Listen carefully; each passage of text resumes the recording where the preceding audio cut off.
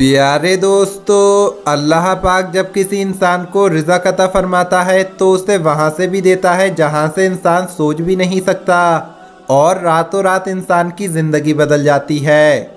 ऐसा ही एक वाक़या पाकिस्तान के कराची के एक गरीब मछुआरे के साथ पेश आया, जिसने उसकी ज़िंदगी बदल दी और वो लखपति नहीं बल्कि करोड़पति बन गया। प्यारे दोस्तों, कराची के इलाके इब्राहिम हैदरी के मछुआरों के लिए वो वक्त किसी करिश्मे से कम नहीं था जब महंगी तरीन तसव्वुर की जाने वाली सुआ मछली उनके चुंगल में फंस गई। ये मछुआरे हीरा मछली का शिकार करने गए थे, लेकिन कुदरत ने उनके लिए कोई और ही खजाना महफूज कर रखा था। उनके जाल में 2 अदद सुआ मछलियां भी फंस गईं, और फिर उसके बाद ऐसा क्या हुआ जिसे देखकर लोग हैरान रह गए। साथ ही साथ दोस्तों, हम आपको एक मछली वाले का भी वाक़या बताएंगे। जब उसने मछली को फाड़ा तो मछली के पेट में क्या निकला, ये जानकर भी आप हैरान रह जाओगे।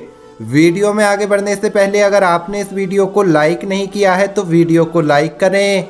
अगर आपने अभी तक हमारे यूट्यूब चैनल को सब्सक्राइब नहीं किया है तो चैनल को सब्सक्राइब करके बेल आइकन ज़रूर दबा दें। तो चलिए वीडियो शुरू करते हैं। प्यारे दोस्तों, जिन मछुआरों के हाथ सुआ मछली लगी है उनका कहना है कि वो रोज़ाना की तरह शिकार करने निकले थे। उन्होंने अपना जाल पानी के अंदर डाला और जब मछली से भरा हुआ जाल जैसे ही पानी से बाहर निकलते हैं तो उनकी आंखें फटी की फटी रह जाती हैं, क्योंकि उसमें सुआ मछलियाँ भी होती हैं, लेकिन उन्हें कोई पहचान नहीं पाता। इतने में एक बुजुर्ग मछुआरे की आवाज़ आती है, ये सुआ है सुआ। ये देखकर वो लोग झूमने लगते हैं। जैसे जैसे जाल पानी से ऊपर आता है तो फिर दूसरी आवाज़ आती है कि इसमें एक नहीं बल्कि 2 मछलियां हैं। यहाँ तक कि तमाम लोग खुशी से झूमने लगते हैं। इन मछलियों को दूसरी मछलियों से अलग कर दिया जाता है। कराची मरीन सर्विस के मुताबिक एक गोल्डन सुआ मछली की कीमत कम से कम 25 लाख रुपया है। बहुत ज़्यादा शिकार होने की वजह से सुआ मछली की नस्ल अब ख़त्म होने लगी है, लिहाजा ये बहुत कीमती शुमार की जाती है। ख़ास तौर पर इसकी चर्बी डॉक्टर्स के हवाले से बड़ी अहम है। इसको बड़ी बीमारियों के लिए इस्तेमाल किया जाता है। सुआ मछली के महंगे होने की एक वजह यह भी है कि इसकी झिल्ली से सर्जरी के बाद टाँके लगने वाले कीमती धागे को तैयार किया जाता है।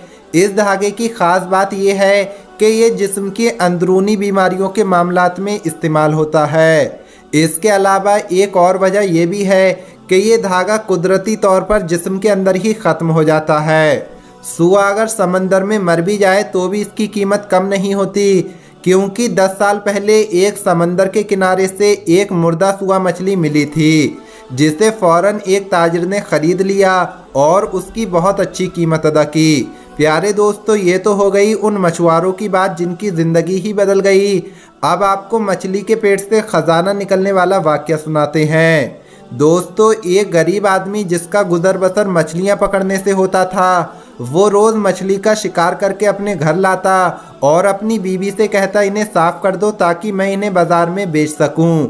एक दिन वो मछलियाँ लाया और बीवी से कहने लगा, इन्हें साफ़ कर दे। जब उसकी बीवी मछली साफ़ कर रही थी तो वो देखती है कि एक मछली के पेट के अंदर एक हीरा या मोती मौजूद है।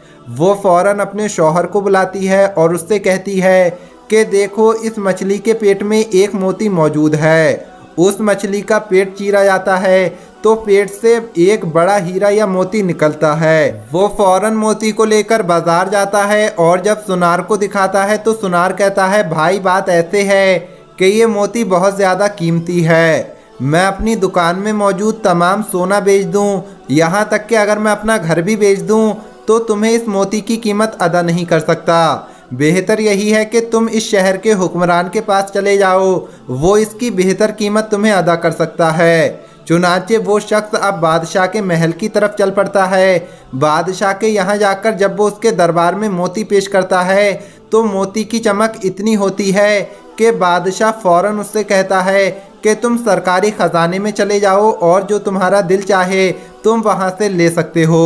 मैं तुम्हें आधा दिन देता हूँ, इस वक्त में तुम जितनी चाहो दौलत उठा लो। ये शख्स सोचने लगता है, मेरी ज़्यादा से ज़्यादा क्या ख्वाहिश हो सकती है। मैं तो कुछ ही देर में अपनी मर्जी की चीज़ें खजाने से लेकर बाहर आ सकता हूँ, लेकिन बादशाह का हुक्म होता है कि इसे आधा दिन तक खजाने में रखा जाए।